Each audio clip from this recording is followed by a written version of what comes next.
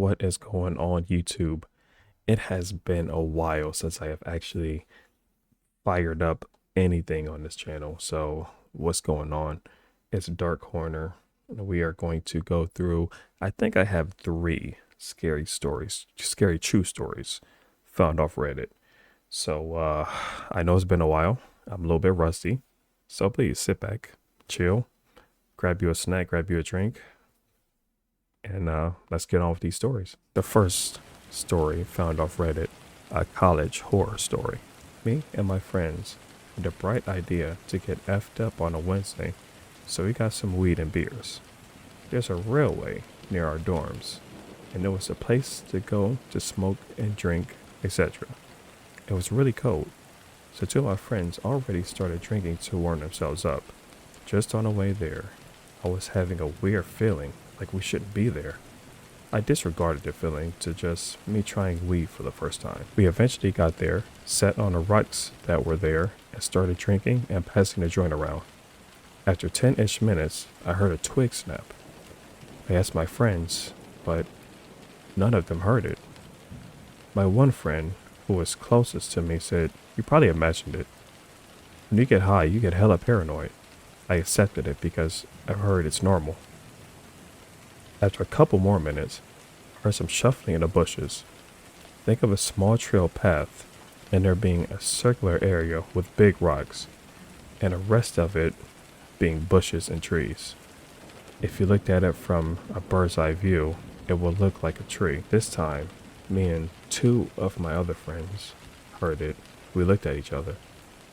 One of my friends looked at the other 4, who were still talking, and said, "Did you hear that?" Our oldest friend said, "Really? You too now? Nothing's there." The minute he said that, we heard a whisper say, "You sure?" in my raspy voice. It sounded how a woman who's been smoking for years and just woke up would sound. The way the voice sounded also made it impossible for someone to impersonate the voice, so we all knew it wasn't a college student. We were all frozen. Then we heard that same voice laugh. It wasn't a laugh that would be made from someone laughing at something funny, but it sounded sinister. Then we heard the bushes shuffle again, so we all booked it back to our dorms. I don't think any of us have ever ran so fast. Normally, it would be a 5-minute walk, but we turned it into a 1-minute run. I really wish I could say this was it, but it wasn't. I always like living off campus, but this was one time where I really wish I lived in campus. At about 2 a.m., I had to go back to my place, so I got my stuff and started walking back. The bus was down that day, so I couldn't take it, and I had to walk 25 minutes to get to my place. The minute I left my friend's dorm, I had a bad feeling. I told myself, it's fine, you're just being paranoid. Plus, someone had to been playing a prank.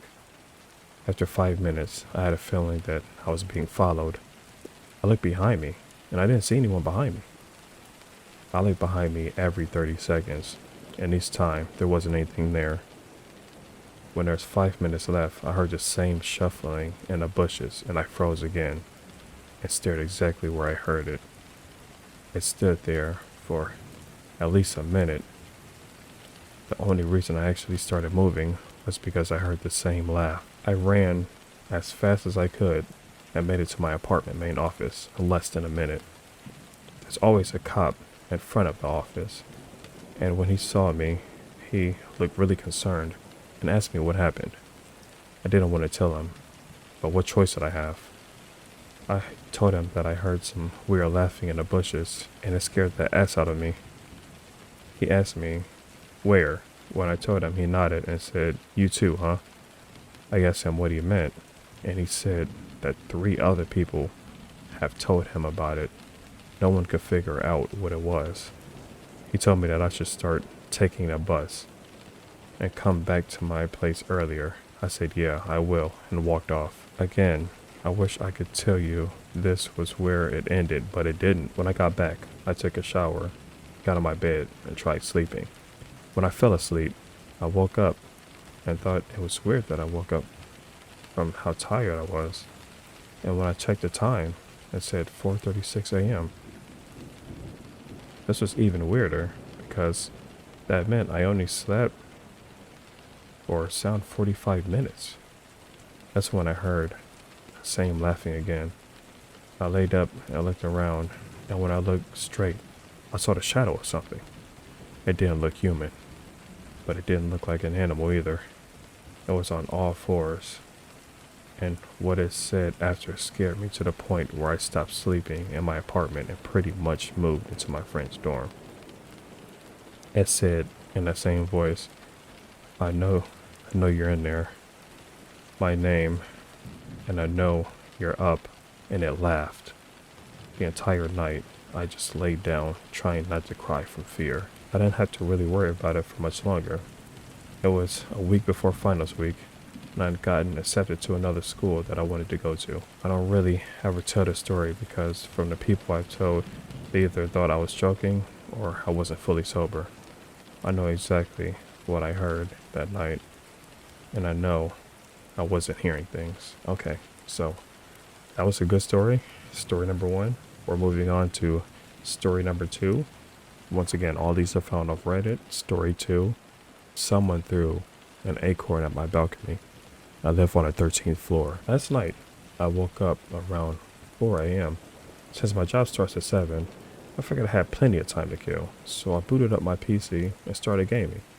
Around 5:30 a.m., I heard a loud bang coming from the kitchen balcony. It startled me enough to wake up my brother, and together we went to investigate. When we stepped onto the balcony, we found an acorn lying in the middle of the floor. The glass balcony door had been open all night. I'd forgotten to close it before going to bed. We looked outside, but no one was around. Here's where it gets truly bizarre. There are no oak trees anywhere nearby. The closest ones are over a mile away, deep into the woods. So whoever threw this acorn would have first needed to go into the forest in freezing winter temperatures to collect it. And then there's the chances of getting it onto my balcony. I live on a 13th floor of a high-rise apartment building. It's not something you can just toss casually. They would have needed to either use a slingshot or have some kind of superhuman throwing ability to launch it with enough power to hit my balcony. The more I think about it, the less sense it makes. Why would anyone go through that much effort for such a strange and pointless prank? If this had happened during the day, I might have brushed it off as some kids messing around with slingshots. But in the middle of a freezing winter night, it's downright creepy. Whoever pulled this off definitely succeeded in freaking me out. All right. And the last story. Well, first of all, let me say this. Like the last story, yeah, that definitely freaked me out too. Acorn, 13th floor. What the heck is going on with that? That's creepy. Some of these, I'm getting goosebumps reading these. And okay, enough about me. We're gonna get to our last story. Short and sweet. This was about, I would say, 5 or 6 years ago. I was out with friends and I ended up going home. It was about maybe 7 p.m. This story took place when it got pitch black at that time. But anyways, I got home and my parents wasn't home for the weekend. It was just me and them at that point, so nobody was home. I walked into the door that went to the living room, and to the right of me is a hallway. That was a spare room, a bathroom, then my room. Well, I closed the door to get a view of the hallway, and I saw something poking her head out from my bathroom. The first reaction was somebody in my trailer, so I started to walk to the bathroom, and the head went back into the bathroom. When I got to the bathroom, I turned the light on, looked behind the shower curtain, and nobody was in there. It gave me chills at the time. I have more experiences in this matter, but this one chilled me to the bone, and I could clearly see a head, shoulder, eyes, nose, etc. This is the only experience I had living there. And they put like a little note underneath saying, "I'm sorry if I suck at typing, LOL. I'm not a writer." at all. Hope you guys enjoy the story though. And yes, this is 100% true. I'm too slow to make up. Okay, okay. These were wonderful, wonderful stories. And I will be doing more of these.